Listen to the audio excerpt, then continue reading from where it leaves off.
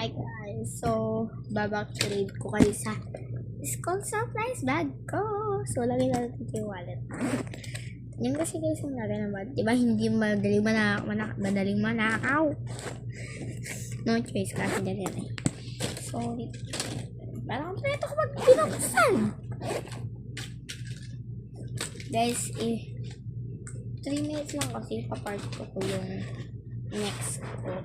Pag pinarto ko. So, sige. Una nating papakita sa inyo ay pencil case. Siding part ko. Pencil case. That's my pencil case. So, gaano kayo kalaman nito?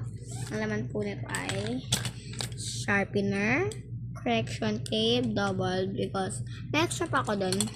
And ballpen and lapis. Marami akong biniling ballpen. Para may extra, malamang.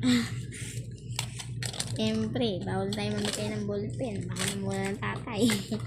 So, next guys natin is toothbrush. Wala pa siyang Colgate and mouthwash. Toothbrush pa lang ito nabibili ko. So, yan. Lagayan siya ng toothbrush. So, alam niyo ba? Favorite ko ito. Social ako dito.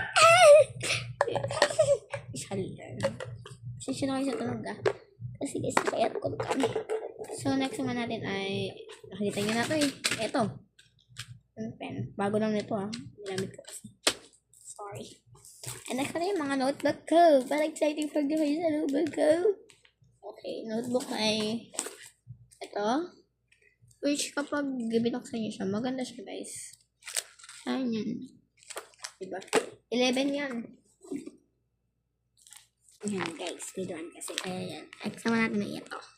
Parehas lang yan. Kaiba ang design.